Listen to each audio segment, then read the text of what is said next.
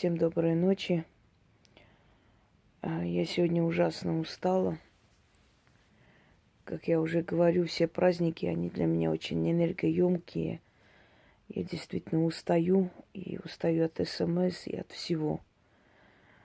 Вот занялась делами и отключилась, просто стало нехорошо. Немного приду в себя и стану дальше работать. Снимаю не с очень выгодной позиции, но я думаю, что вы привыкли к тому, что я человек занятой и между делом снимаю ролики, поэтому уж не будем тратить время на церемонии.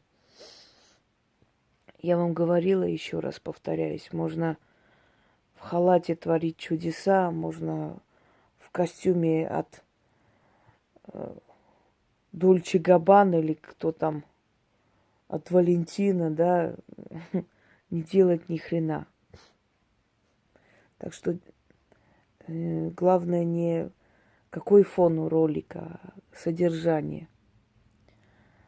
Дорогие друзья, сегодня Вартан попросил загрузить. Даже, если честно, я даже не знала, что там в этом ролике. Я не смотрела. Яна загрузила, она просто сказала, что вот есть ролик от Вартана. Если вы не против, то есть он хочет загрузить у вас. Я говорю, хорошо. Я даже не смотрела, потому что там передачи очень длинные, долгие. Я, в отличие от некоторых людей, не переживаю, не перепроверяю, чтобы вдруг чего не то не сказали и так далее. Потому что я уже давно уверена в своей работе. Как видите, у меня телефон не молчит. И если честно, я просмотрела так, перематывая, потому что у меня времени не было полностью все это просмотреть. Я знала, о чем речь. И я так уже не раз делала, поэтому для меня это воспринимается спокойно. Может быть, кто-то не понял, проясню. Анализы он сдавал в весьма очень солидной клинике, которая очень достоверная, очень подетально все это изучает. И уже вторично после работы с ним, когда он сдал еще раз анализы, оказалось, что они у него поменялись. Очень переживал, я помню, очень волновался, очень переживал. Ну, потому что это очень серьезная болезнь, и многих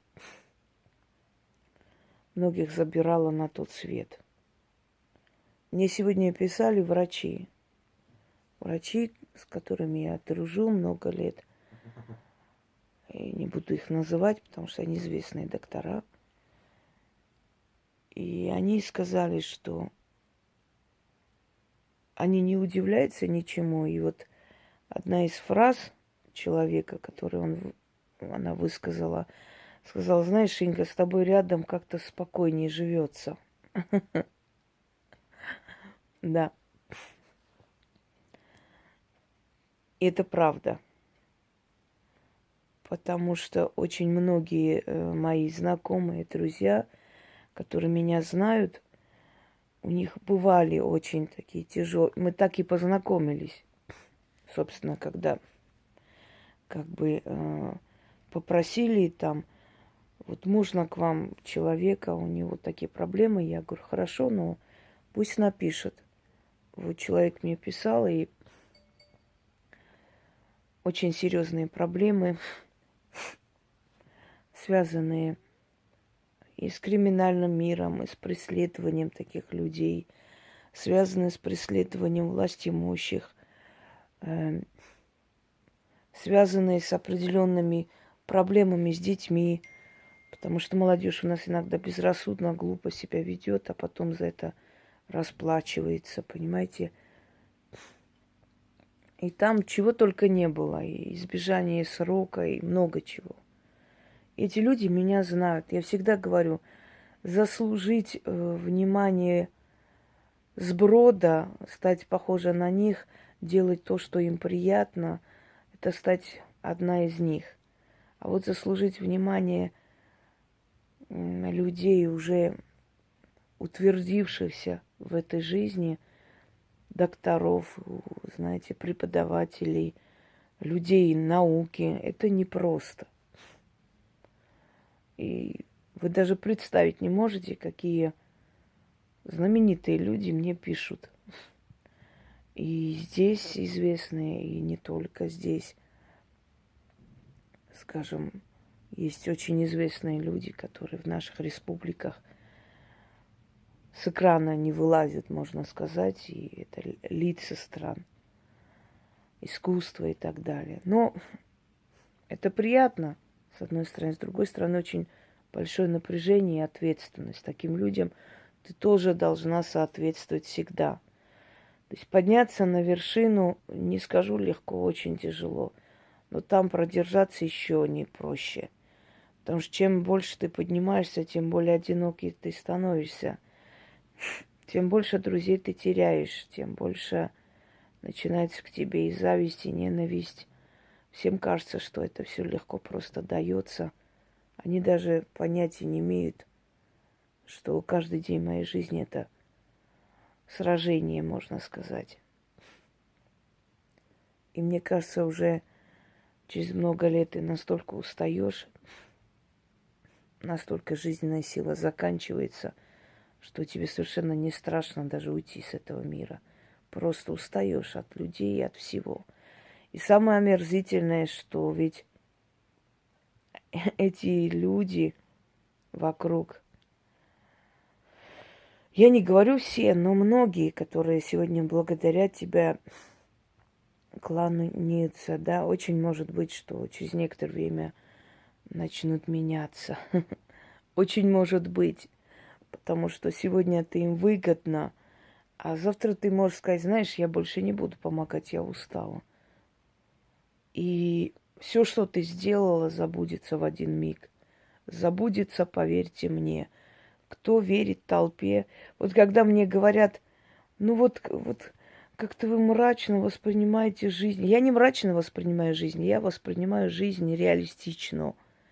Поэтому я всегда говорю, дорогие друзья, не верьте толпе, не верьте клятвам, не верьте благодарностям, не верьте, да, вы такой человек замечательный, спасибо большое. Не верьте этому всему. Да, очень приятно, улыбаюсь. Хорошо, если это всегда будет так у этого человека. Хорошо, если этот человек всегда это будет помнить. Потому что люди, которые настолько не просто благодарность, они рвали себя на куски ради тебя, снимали ролики в поддержку, как же так, как можно предавать Ингу, лицемеры, твари, она же для вас вот столько сделала, посмотрите. Потом они первые же побежали совсем иное писать и говорить. Не верьте толпе, не верьте людям, не верьте просто. Но радуйтесь своим результатам, это же ваши результаты, это вы сделали, то есть это ваша работа, конечно, приятно. Теперь, ведьмы не лечат. Они не имеют права лечить. Лечить должны врачи. Говорила, говорю еще раз, есть болезни, у которых есть инкубационный период, и если этот период запустить, забыть, то болезнь уже не остановишь. Когда мне отправляют фотографии людей, я то есть смотрю там форум, где больные люди, да, я говорю, вот это вот не берусь, все, она уходит, этого не берусь, этого не... Я не берусь за людей безнадежных. Зачем мучить человека? Отпустите, елки-палки. Отпустите, зачем вы эгоистично держите? Умирает человек. Умирает, жизненной силы уже нету. Уже никакая. Отпустите. Дайте ему отдохнуть от этого мира. И не плачьте по ушедшим. Будьте мудрее. Я удивляюсь тем, которые называют себя ведьмами и очень переживают за ушедших и плачут день и ночь. У них совсем другое должно быть представление о потустороннем мире, понимаете? Они настолько верят в это, они настолько видели это все. У них нету страха смерти. Пожалейте себя пожалейте, что вы в этом грязном мире, окруженном коварными людьми, каждый день перед опасностью. Чем больше вы в жизни чего-то добиваетесь, тем больше вы мишень, тем больше волна ненависти к вам идет. Себя пожалеете.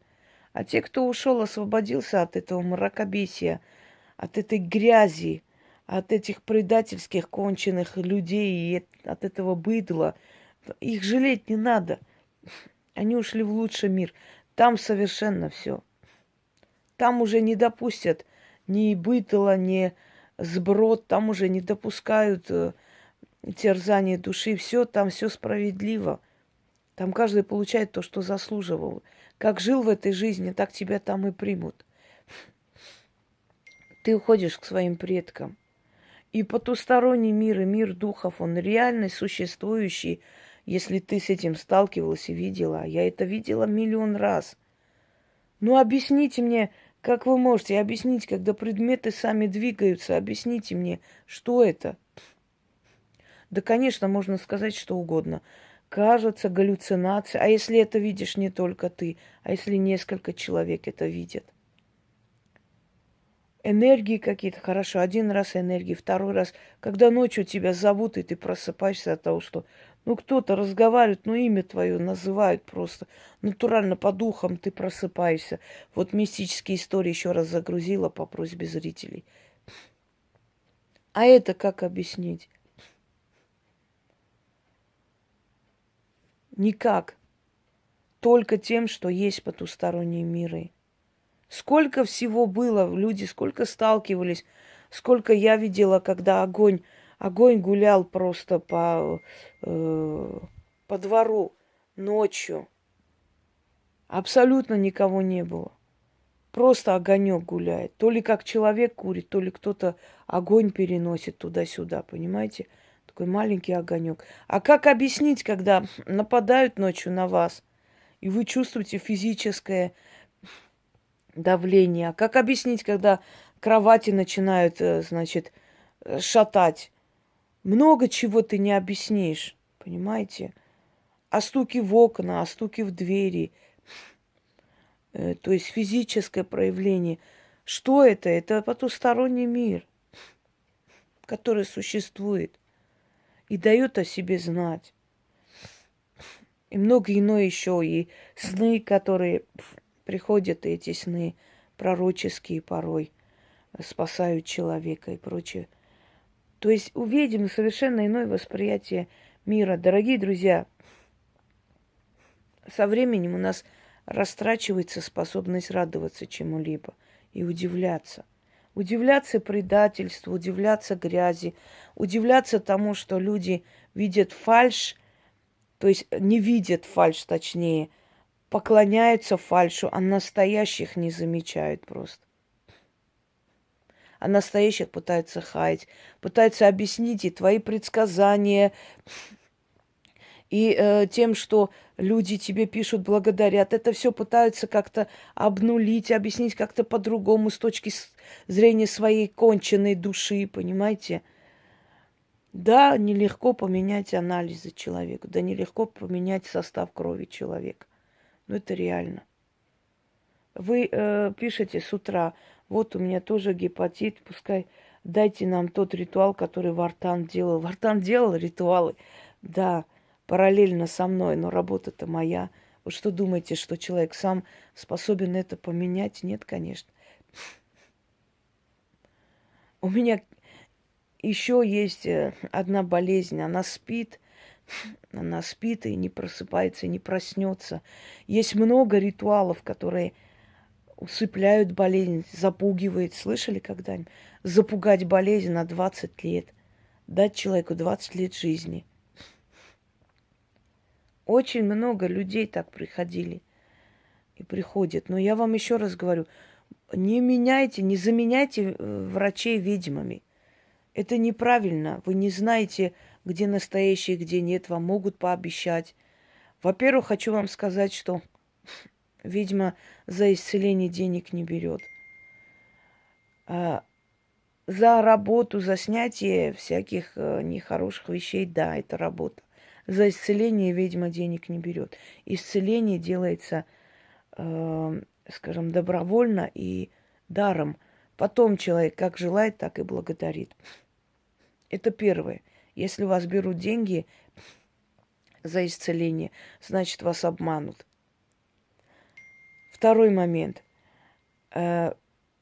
Ведьма никогда не говорит, что она вылечит, и вам не надо к врачу ходить, лекарства не надо пить. Врачи для этого и пришли в этот мир, чтобы лечить телесные недуги. Роль врачей нельзя преуменьшать. Это большая глупость. Я не вижу, я не МРТ, я не рентген. Я могу примерно сказать, что у человека может быть, но детали я не увижу, и не нужно мне это.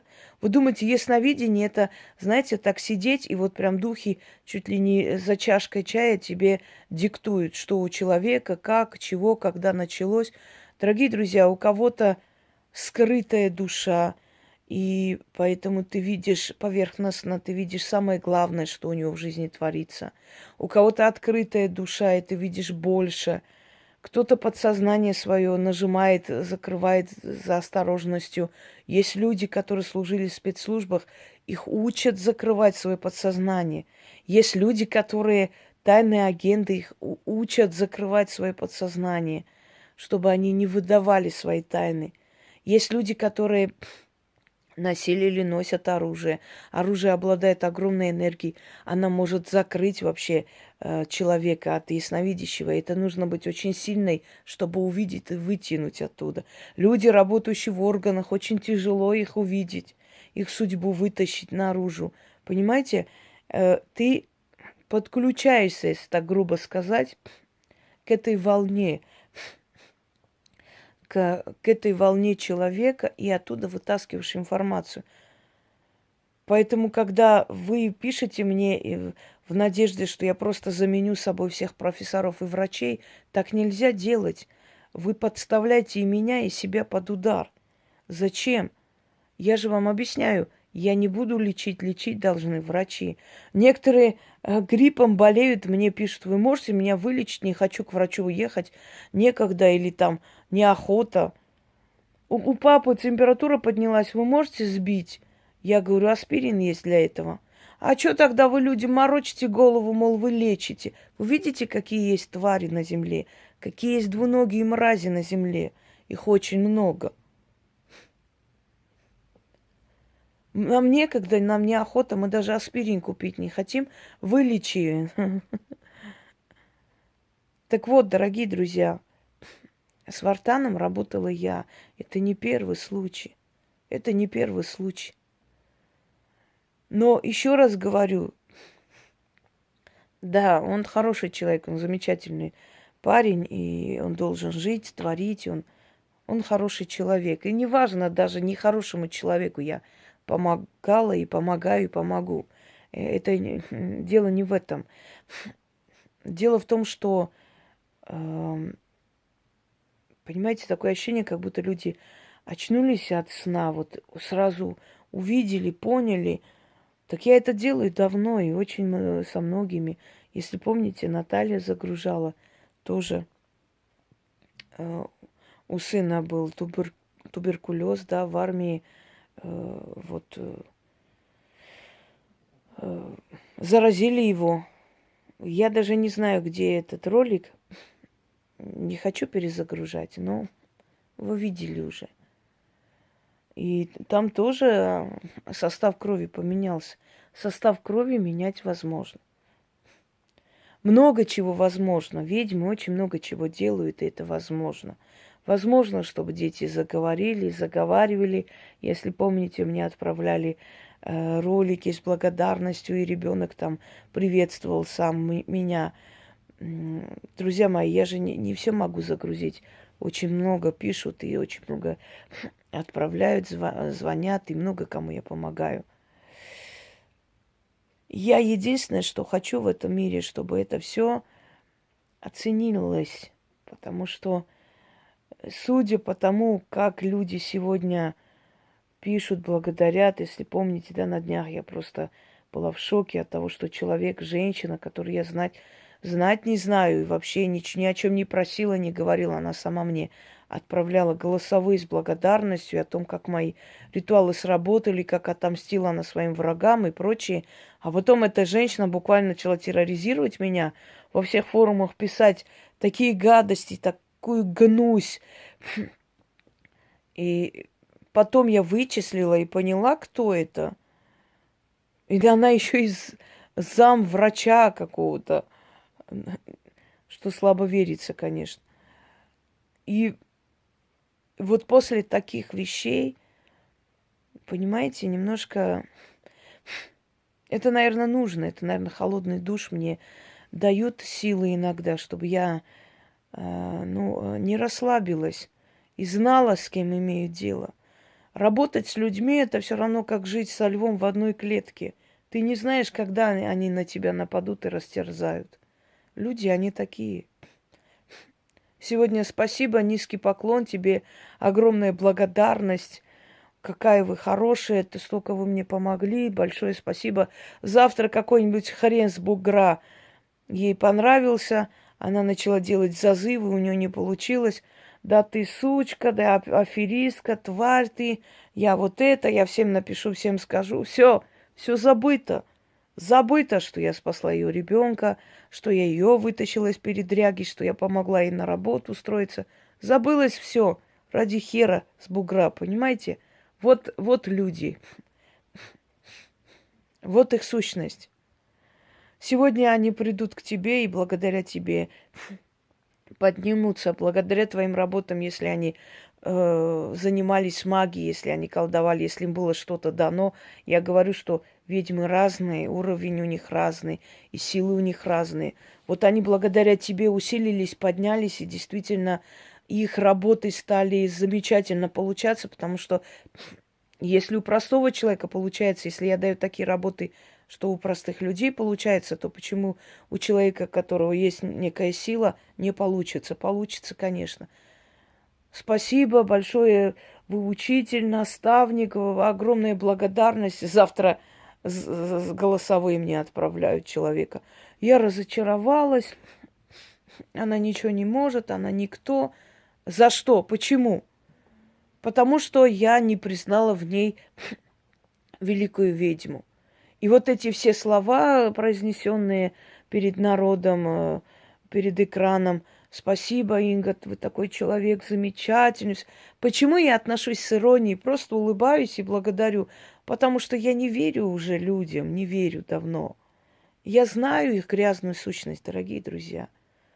Не воспринимайте за счет себя, я ж не говорю про всех подряд, но 70% мирового населения – это сброд. И ты этому сброду сколько хочешь помогай. Вы думаете, сброд это только на улицах, там курят, валяются? Нет, сброд может быть среди врачей, среди учителей. Вы работали среди учителей, когда вырывают из твоего, все уже. Из журнала листки специально вырывают у тебя.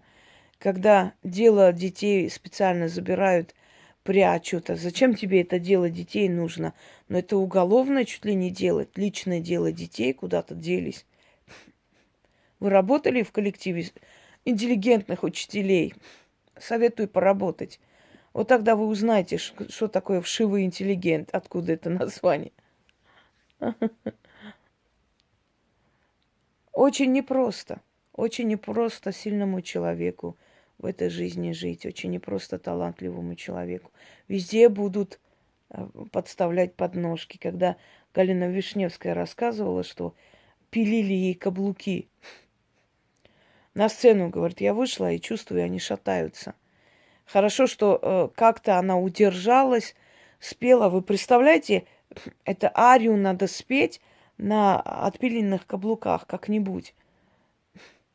И она как-то спела, значит, на цыпочках стоя просто, еле держась, спела замечательно, она все это назло им сделала.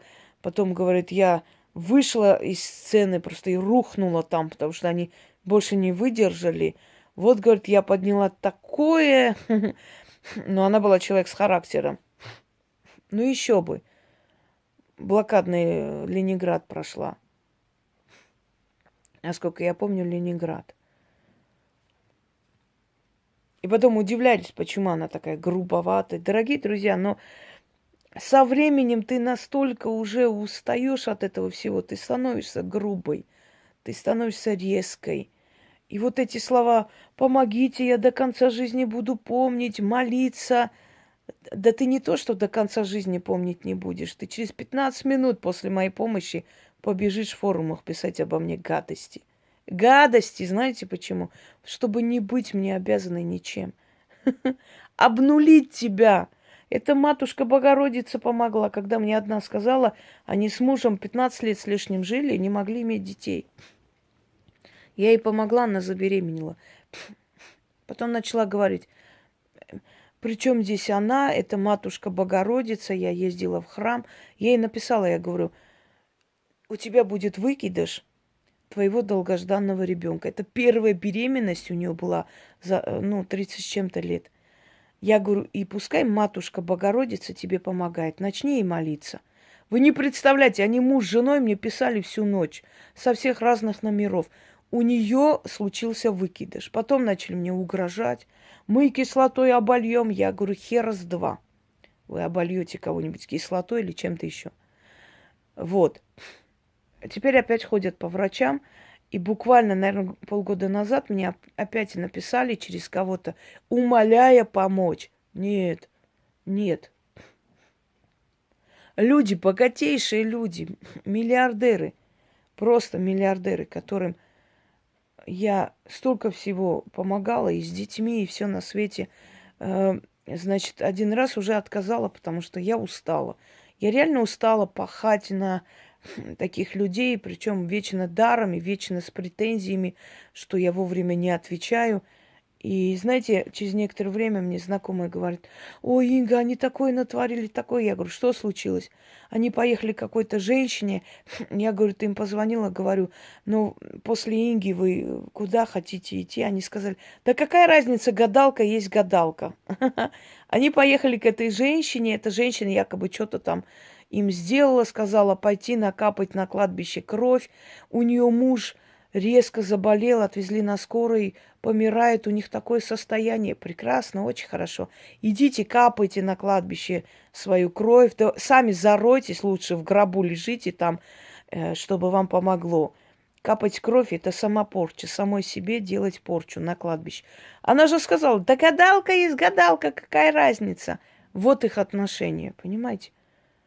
То есть они считают, что все одинаковые. Да не она, так другая, Господи. Даже врачи не одинаковые. Даже стоматологи не одинаковые. Можно к одному стоматологу пойти, 10 раз делает работу, 10 раз брак. А к другому можно пойти, он с первого раза просто на 30-40 лет забудешь про этот зуб. Понимаете? Даже врачи не одинаковые, не то что ведьмы. Не каждая же, которая говорит о ведовстве, есть ведьма на самом деле. Многие обычные люди, покупавшие таро, обычные люди, изучившие что-то, прочитавшие, сидящие у тебя, сколько меня копируют, темы копируют. Моя тема вышла, тут же они по-своему что-то выставили. Какие там ведьмы, где там ведьмы видели? Особенно в этих битвах. Этот аферизм сплошной тут вообще. Я думала, что уже столько всего сказано про эти битвы, что уже нормальные люди давно поняли, что там. Оказывается, нет. Еще есть дураки, которые в это верят. Ну и прекрасно. Так что, дорогие друзья, ведьма не лечит. Лечат врачи. Ведьма не имеет права лечить. Пришли на эту землю врачи для того, чтобы лечить. Ведьма лечит душу. Но есть другой момент. Ведьма исцеляет. Она способна на очень многое. Но для того, чтобы она хотела, чтобы не потеряла желание помочь людям, надо не делать ей подлости. Не делать, и поэтому, то есть из-за того, чтобы ее не разочаровать. Хотя я еще раз говорю, я вообще не удивляюсь. Я ничему не удивляюсь. Когда вот, смотрите, вот люди так ценят, уважают. Я не удивляюсь, я не спешу этому радоваться. Я не радуюсь ничему уже давно. У меня уже способность радоваться пропала напрочь. Я слишком мудрой стала за эту жизнь. Я, наверное, просто... Мне иногда кажется, что мне больше, наверное, несколько тысяч лет. Если учесть, что в ведьме вселяется сущность многотысячелетняя, то можно понять мою усталость души, дорогие друзья. Я рада за Вартана, конечно, рада. И это мне сегодня, говорю, доктора отправили, что это настолько тяжело лечится, и те, которые брались лечить, потом получали там рак поджелудочный, еще что-нибудь от этих вот лекарств, от этих процедур, и умирали. Одно лечили, другое калечили люди. И они вот в восторге, что это вот так вот. Хотя вот те, которые мне писали, уже не удивляются, потому что такие были тяжелые моменты, и я действительно их вытаскивала, они не удивляются этому. Уже давным-давно. Те, которые меня знают, не удивляются этому. Почему говорю, что иногда некоторые идиоты, ой, я не вижу восторга под роликами. Дорогие друзья, те, кто меня давно знает, уже не удивляются. У них есть только одна фраза. Но это же Инга, что тут удивляться? Если я каждый год говорю, и каждый год все сбывается полностью, понимаете, просто талантливые люди, они поднимаются медленно, медленно и верно. Это бездарности рекламируют, крутят, вертят по всем каналам, а они ноль без палки. А сильные личности... Ванга, когда стала мировой известностью, ей уже было сколько? 60 с чем-то лет. А в молодости сколько ее знали? Все, кто ее знал, да, все из ее села, из районов, да вообще вся Болгария знала. Но весь мир узнал ее постепенно и поразился тому, что увидел, и тому, что откуда, как это все. Ну вот так вот. И что вы думаете, много благодарных? Сколько вранья на ее имя, сколько от ее имени говорят, что они ее ученики, Ванга благословила.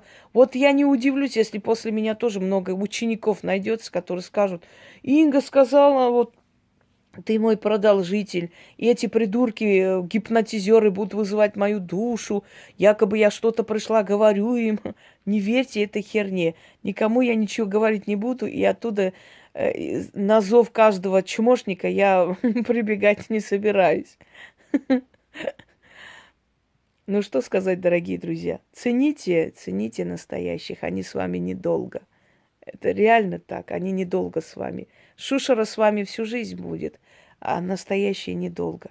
Это вам повезло в такой период родиться и видеть это настоящее. Потом, может быть, этого шанса у ваших детей и внуков даже не будет. Всем удачи, всем здоровья, а я пошла отвечать. Я гляжу, тут пишут, да пишут. Пошла пить какао. Оно меня успокаивает. Впадаю в детство. Всем удачи.